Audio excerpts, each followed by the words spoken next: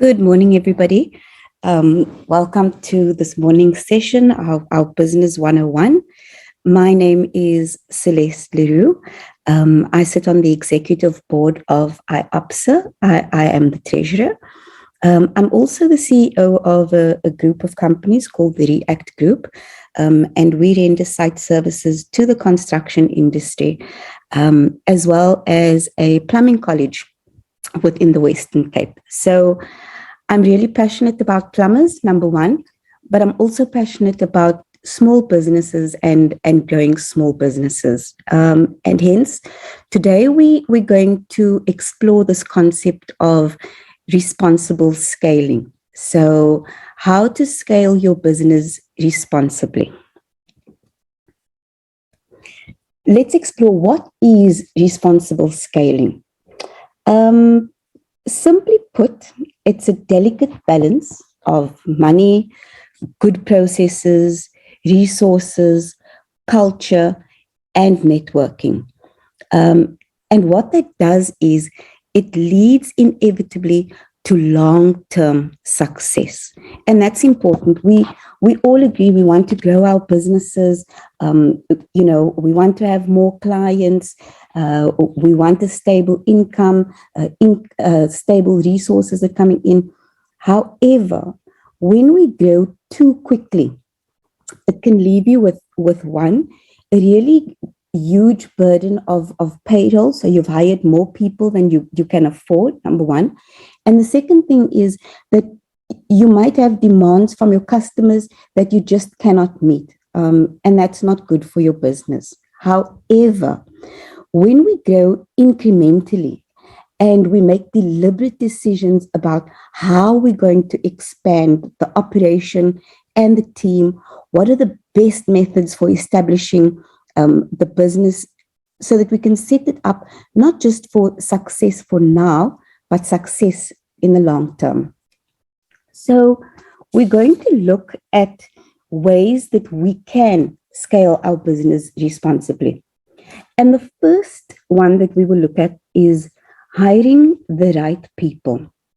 I'm sure many of you can attest to when you hire the right person for the job, it's like a perfect fit. When you hire people that care about the business and care about the success of your business, it makes it much easier for your business to grow. It also then gives you the opportunity to delegate the jobs so that you can focus on important work, strategies, other things that will free up your time and energy. So it allows you to do your best work and also build a culture of teamwork. In my own business, I use the concept of hiring for passion rather than for knowledge. And I know when you're technical and you're a plumber, you can't do that. That's fine. But I'm talking more when, the back office with your admin team. I can rather teach somebody that has the passion because they want to learn, they want to grow, than to have somebody in the business that has all the knowledge, but they're just looking for a job to come and sit on their bums to warm the seat from 9 to 5. You have to have somebody that's passionate about the business and passionate about the brand. Next, focus on established revenue sources. And what I mean by this is, instead of casting your net out wide and not really knowing what you're going to pull back in, rather try to acquire customers that are specific or that have specific needs that you can solve, problems that you can solve. Sort of segment the market according to not only their needs, but the problem that you can solve. What is your unique selling point? And that's really, really important. You sort of hone in on those customers and you give them the very best experience that you can. Number 3 would be to reduce your risks. Well, let's be honest. Risks, it's an inevitable part of starting and growing a business. It is absolutely impossible to control everything. But there are many ways to limit internal and external threats to your company and its growth. I might just say here, COVID-19 was nothing that we could have prepared ourselves for, and there's nothing that we could have done to mitigate that risk. Having a business plan, however, watching your cash flow, getting the right types of insurance that are in place, it's all important ways to reduce your business risk. Number 4, be adaptable. One trait many successful SMEs have in common is the ability to switch directions very quickly in response to changes in the market. And here again, I'd like to bring up the example of COVID-19. The reality is that those businesses that were agile and that were able to adjust and pivot were the businesses that succeeded and that could sustain themselves. So allowing yourself to adapt and adjust quickly allows you to explore alternative business techniques. And then it also, in that manner, you can discover what works best for you. And here it's important to realize that it enables you to fail, but to fail forward. You might be able, because you have this ability to get up, to fail, to get up quickly, to pivot, to adjust, you are able to fail forward. And that's important. And we need to also embrace this concept of, yes, we can fail, but it's not about just staying down there. It's about getting up and moving forward. Number 5, customer experience. Focus on customer experience. And here I need to talk about there's a difference between customer experience and customer service. And we'll get into customer service a little bit later. So customer experience is the experience that customers have with your brand, and also the lasting impression that they have of dealing with your company, of the entire journey with your company, every touch point, within your business. And that could be from answering the telephone. Was it polite, in a good manner? Did somebody answer the telephone within 3 rings? Did they put them through to the correct person? Were they able to assist them? Then it's about on-site.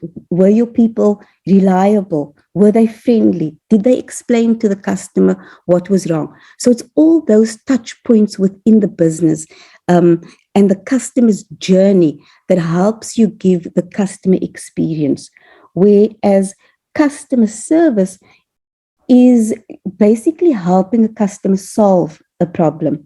How do you solve a problem that a customer has when they come to you, or even showing them how to use their product and answering any technical questions that they might have. And I think we can all agree, with the power of social media, customers' perceptions, they can really make or break your business. When you deliver quality experiences and products, they'll sing your praises on social media. They'll refer their family and their friends. And they'll go on social media and say how good you are, etc., etc. But the converse is also true. When they have bad quality or bad customer experience, that platform of social media can really destroy a business. And so we always have to be aware of the power of social media. So the reality is that in order to grow incrementally and at a rapid, steady pace, it really depends on making your current and your potential customers happy. So again, there's an advantage that an SME or small business have, that they can better see or anticipate what a customer's needs are and put certain measures in place. So what they also can do is better than maybe big corporate business is they can develop services, they can develop products more quickly, and then also bring them first to market, which gives them the added advantage, and they nurture a long-term customer relationship. Number 6, invest in your business. So investing, or small business ability to invest in their own company, accelerates growth. I think as a small business, it's really tempting that when you see the profits come in and the money come in, that you sort of want to take more out for yourself because you've really worked very hard and you deserve it. And all of that might be true. I'm not saying that it's not. However, it is critical, and that you make sure that any profits that you redirect them back into the business. And that means you might use that to buy more equipment, to hire more people. And in that way, again, it allows you to grow more rapidly. So yes, it's going to be tempting to put the profits back in your pocket, but it's better rather to put it in your business so that you can reap bigger rewards later. And it also gives you an opportunity to sit back, do a recon, determine what area of your business needs working on, what area of your business needs more resources. And in that way, you can then hone in on that problem, resolve that problem by redirecting your profits back into your business and giving that area of the business the financial support that it might need. Number 7, think ahead. Always think ahead. We've spoken about being adaptable and being agile, and although agility is a really important characteristic of a business, planning your next step in anticipation of every kind of possible scenario is the very best way of giving your brand and your business staying power. You can even be more elaborate about it for those of you who do scenario planning. So you envisage the very best scenario and how the market impacts that. And you also picture the very worst scenario and what are you going to do in those areas or in that aspect. However, again, COVID-19, it didn't really give us the opportunity to do that. But planning ahead is always very, very important. I know thinking ahead is a very broad concept. It's a very broad advice, but it can even be as simple as reviewing ongoing contracts on an annual basis, on a 6-month basis, then comparing your rates with suppliers, negotiating better rates with your clients that you deal with. Those are all thinking ahead aspects. Then customer service. We briefly touched on this with customer experience, but customer service is another great way of growing your business, and then to provide superior customer service to your clients. It's always great when you exceed a customer's expectation, that they very likely, like I said, they're going to tell their friends, they're going to tell their family, they're going to post it on their social media. And so it's all about going the extra mile. Let's say your customer had a bad experience. We're not all perfect. I mean, we get it wrong sometimes, really we do. But it's about how do we come back from that? What do we do to put the customer again in the very best position that they were in or they expected to be, whether it's about giving them a discount the next time you service them, whatever it might be, just to show them that they are important. And I can go on about a customer, what that customer means. In our office, there's a really big sign that says the customer is the most important person in our business. And because it's of the customer that we really are, or that we do exist. So I cannot say enough about rendering really good, consistent quality customer experience, and customer service. It will also solidify your reputation in the marketplace as somebody that, you know what, this person might have messed up, but I know that they'll take accountability. I can go back to them. They'll fix it for me. And that, in another way, builds trust between yourself and your customer. And that, again, ensures or leads to loyalty with your customer and yourself. So that's one way, boosting your customer service. Social media. And this is about you focusing on social media. So another great way of growing your business is to create profiles on all the major social platforms, whether it be Instagram, Facebook, Twitter. It sort of brings your customer closer to you. So there's an interaction between yourself and your customer. And this is what an active profile does. It helps you market your business, and it helps you interact with potential customers. So when you post regularly or give your customers updates about what's happening in your business, it also will allow them to show their friends, look at this company that I found. Don't you think this is cute? Don't you think this is good, etc., etc. And you'll be creating a more engaging experience with your audience and help them feel more connected to your brand. And again, cultivating that trust. You know, sometimes when you don't engage with your customer regularly, and I'm not saying being in their face physically, I'm saying using the power of social media, it can feel like that customer doesn't have that closeness, that you're not engaging closely with your customer. And social media can really bridge that gap of bringing your customer closer to you. Number 10, attend networking events. And this is really, really important. I cannot stress this enough, because networking events allow you to connect with people in your industry where they have the unique perspectives or insights that you might have missed that can help you grow your business. And haven't you noticed that it's really good to be in a company of people where they've experienced the same problems, the same challenges, and you can sort of leverage off each other.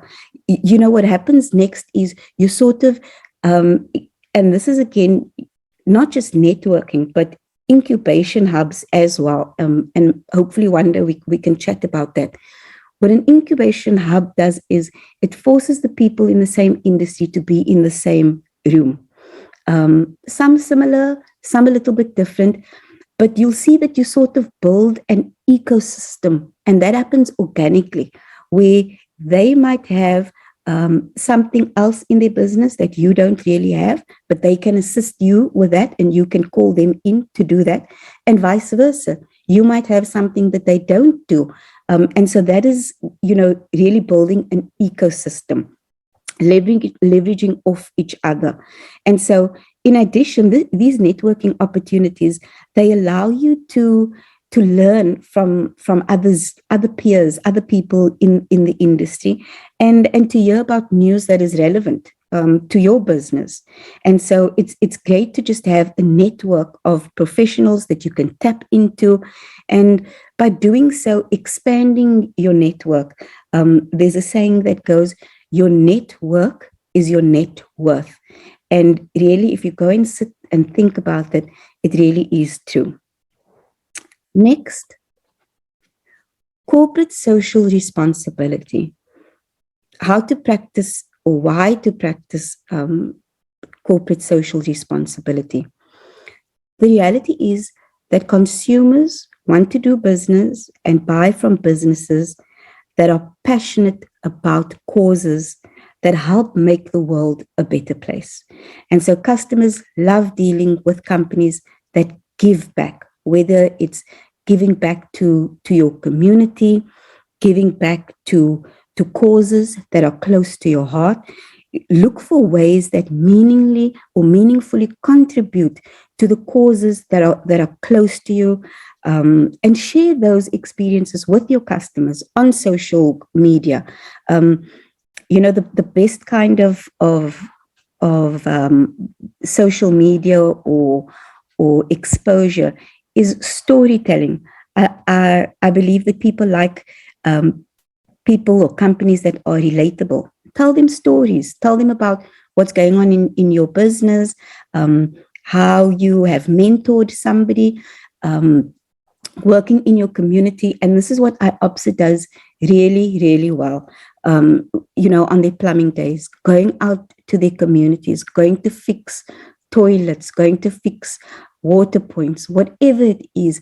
I think it's awesome that IOPSA gives back the way it does. And that's what I'm talking about, corporate social responsibility. It's very important in our business. We believe that wherever you are planted, wherever your business operates, whichever area, we give back within that community, whether it's going to feed people, whether it's offering them, a place to come and study at the college, whatever it is, to give those people within your community an opportunity to grow as your business grows. Then hosting local events. And so this is entirely up to you. Whether you host an event like barbecuing or hot dogs or whatever, again, within your community, or you can create your own networking thing. Hosting your own event within your community is a great way, again, to connect with your clients, or even to get new clients, to say, oh, okay, this is what you do. I didn't know. Tell me more about your business, because it's, again, in that relaxed atmosphere. Have you ever noticed, and I mean, this has been true for youngs for ages, where people do business on the golf course. And I believe because it's in a relaxed environment, there's no suit and tie, or there's no working to be done. And so you relax and you talk about your business. And so that's a really good way. But by hosting your own event, you can also accelerate your business in that manner. Research your competitors. This is fixated on your competitors. That's not what I'm saying at all. And it might not yield immediate growth, but researching your competitors is one of the most important steps that you can take in your business. Ask yourself, who are your competitors? What are they doing? What are they doing differently? What works for them? How can you differentiate from their business, etc.? And so you really analyze, and this is where you do competitive analysis, where you analyze what they do differently, what you can do in your business that sort of differentiates. It gives your client a unique selling point. All those things are very important. And so what this does is these questions, or answers to these questions, will help you form a more productive business strategy that defines the areas of your business that require more attention. You can see, okay, I need to brush up here. These people, they're offering it's something really small, but I need to maybe look at that. So those are the tips, or those are the things that you can do to grow your business. And I'm going to go very briefly through how to measure the growth. And the first one is revenue. So revenue is a good metric in establishing your business growth always, because after all, it's the amount of money that your business is bringing in. However, profit, which is the next one, is even more important, because this is what your business has made at the end of any given period. And so that's a good indicator of growth. Market share. How big is the market space that you're taking up? It shows how dominant you are in the space that you play in compared to your competitors. And so as a new business, or small business, it's very important to take up market space as soon as possible with a strong position against your competitors. Customer acquisition. There's a metric that says that it's much harder to gain a new client than to keep an existing client. And that's where your customer service comes in, your customer experience, keeping that customer happy, building trust, etc. And then the team size, you can see by the amount of people that you're hiring. Yes, you are growing. It might be expensive because salaries and wages, It's a reality. It's a very significant expense, but it also represents how you're doing. Balancing a team that can meet your operational needs with the payroll budget is a key challenge for any business or any entrepreneur. So monitoring the growth of your team over time is particularly important. And so, guys, that is my 25 minutes. I cannot believe it. So thank you very much, Byron. If there are any questions out there, please feel free. It was really a great honor to be with you again. Thank you very much for joining us this morning. Is there any last couple of words you would like to say just before we end off the session? Yes, to everybody, have a wonderful week. Be positive, be good to yourself, be kind to yourself, and take care of yourself. Thank you so much. Thanks, Byron. All right, thank you very much. Thank you, ladies and gentlemen, for joining us this morning.